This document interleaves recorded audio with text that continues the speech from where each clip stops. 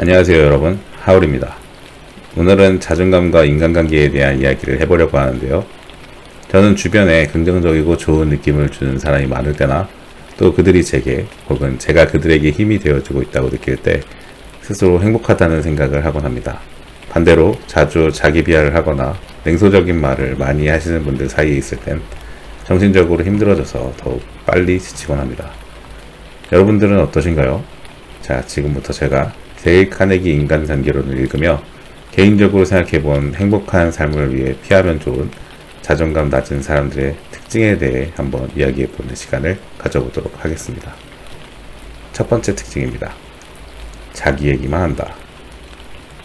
우리는 인간관계에서 상대방의 이야기에 진심으로 귀 기울여야 한다. 상대방이 말하는 내용에 관심을 갖고 질문을 통해 더 자세한 이야기를 이끌어내는 것은 상대방에 대한 존중과 배려의 표현이다. 우리가 상대방의 이야기를 듣고 이해하며 공감하는 것은 서로를 이해하고 긍정적인 관계를 형성하는 데 도움이 된다. 자기 얘기만 하는 태도는 상대방에게 무관심하다는 신호를 보내며 인간관계의 질을 저하시킬 수 있다. 자존감이 낮은 분들과 이야기를 하다 보면 그분들은 얘기를 듣기보다는 자기 얘기만 하려는 경향들을 보이는 경우가 종종 있습니다. 저는 인간관계에서는 서로에 대한 관심과 이해가 중요하다고 생각하는데요. 그러나 이런 분들은 자기 할 말에만 집중하느라 상대방 이야기를 잘 듣지 않습니다. 자신에게만 집중하고 있어 상대방의 기분이나 반응에는 신경을 쓰지 못하는 겁니다.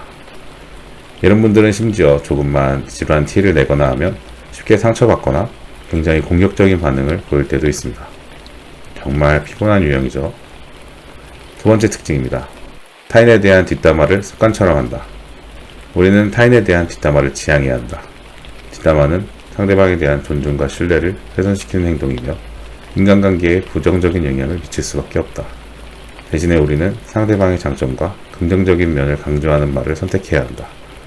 타인에 대한 이야기를 할 때는 배려와 존중의 마음으로 임해야만 하며 그럼으로써 상대방의 신뢰를 얻고 지속적인 인간관계를 형성할 수 있다. 저는 상호 존중과 신뢰 없이는 인간관계를 유지해 나가는 게 불가능하다고 생각합니다. 하지만 자존감이 낮은 분들은 다른 사람을 향한 존중과 신뢰를 표현하는 것보다 타인에 대한 뒷담화와 비난을 하는 데 시간을 많이 할애하시곤 합니다. 물론 같은 직장 상사에 대한 불만이나 불평을 나누며 공감하고 동질감을 위반하는 등 뒷담화로 침묵을 도모하는 경우도 있긴 합니다. 근데 가끔 그런 분들 있죠. 정말 습관처럼 다른 사람들을 헐뜯고 비난하시는 분들이요. 이건 자존감이 낮은 분들이 흔히 하는 착각 중에 하나인데요. 다른 사람을 낮춰야만 자신의 가치를 올릴 수 있다고 생각하기 때문에 나타나는 특징이라고 할 수 있습니다. 이런 대화 방식은 쉽게 타인과의 관계를 손상시키고 불신을 유발하기 마련이라 적당히 한두 번이면 몰라도 만날 때마다 다른 사람을 비방하는 사람과 장기적인 관계를 맺고 싶은 사람이 있을까요? 저는 없을 거라고 생각합니다. 세 번째 특징입니다. 고마움과 미안함의 표현을 잘 하지 않는다. 우리는 인간관계에서 상대방에게 감사의 표현을 적극적으로 사용하는 것이 중요하다는 것을 알고 있다. 감사의 마음을 전하는 것은 우리가 서로를 이해하고 인정하는 것을 나타내며 긍정적인 분위기를 형성하고 관계를 강화하는 데 도움이 된다. 또한 우리가 실수나 잘못을 저지르면 상대방에게 사과하고 미안함을 표현하는 것도 중요하다. 이를 통해 상대방의 감정을 존중하고 관계를 회복하는 과정에서 서로에게 더 가까워질 수 있다. 사람과 사람 간의 관계에서 감사와 사과의 중요성은 말할 것도 없이 크다고 저는 생각하고 있습니다.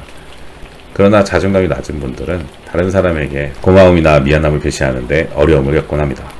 이 또한 고맙다거나 혹은 미안하다라고 하는 순간 상대가 나보다 우월한 위치에 서게 된다고 생각하기 때문인데요. 정말 이상한 생각이나 착각이 아닐 수 없습니다.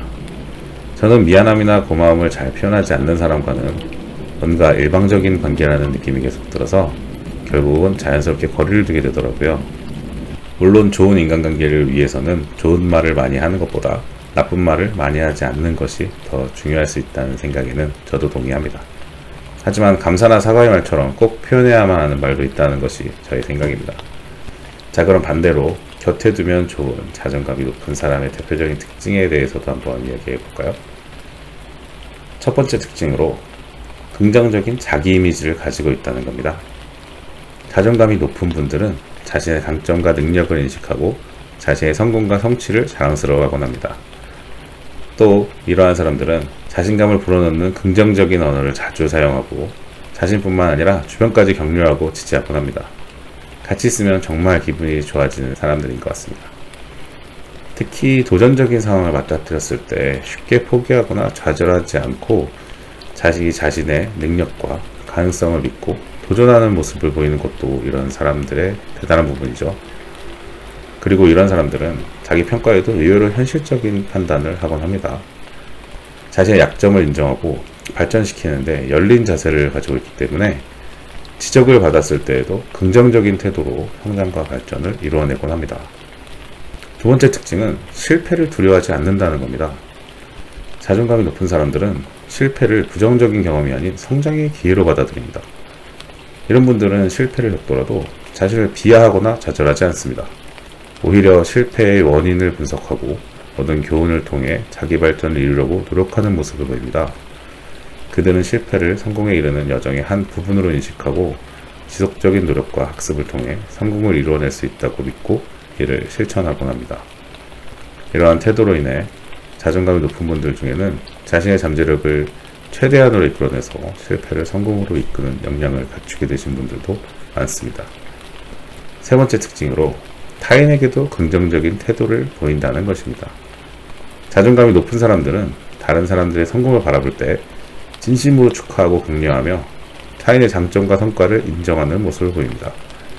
예를 들어 동료가 성공을 거두었을 때도 그것을 시기 질투하거나 자신의 경쟁 상대 혹은 위협으로 받아들이는 대신에 그들의 노력과 성공을 진심으로 응원하고 존중합니다. 또 자존감이 낮은 사람들과는 반대로 협력과 배려를 중시하는 모습을 보이는 것 또한 차이점이라고 할 수 있습니다. 그들은 자신의 의견이 중요한 만큼 타인의 의견 또한 존중받아야 한다는 것을 알고 이를 협력하는 태도로서 보여줍니다. 그리하여 인간관계에서 상호 존중과 배려를 통해 긍정적인 관계를 유지하고 서로의 성장과 발전을 도모합니다. 이들은 타인과의 관계에서 긍정적인 태도를 유지하면서도 자기 자신을 소홀히 하지 않습니다.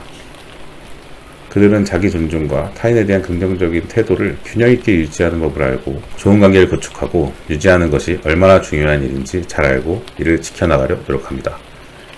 이처럼 자존감이 높은 사람은 타인에 대한 긍정적인 태도로 인간관계를 형성하고 유지함으로써 자신과 타인의 성공과 행복을 동시에 이루어내려 노력하는 모습을 보이는 것이 가장 큰 특징이라 할 수 있습니다. 이런 사람들이 주변에 많이 있다면 좋은 영향을 받을 수밖에 없지 않을까요?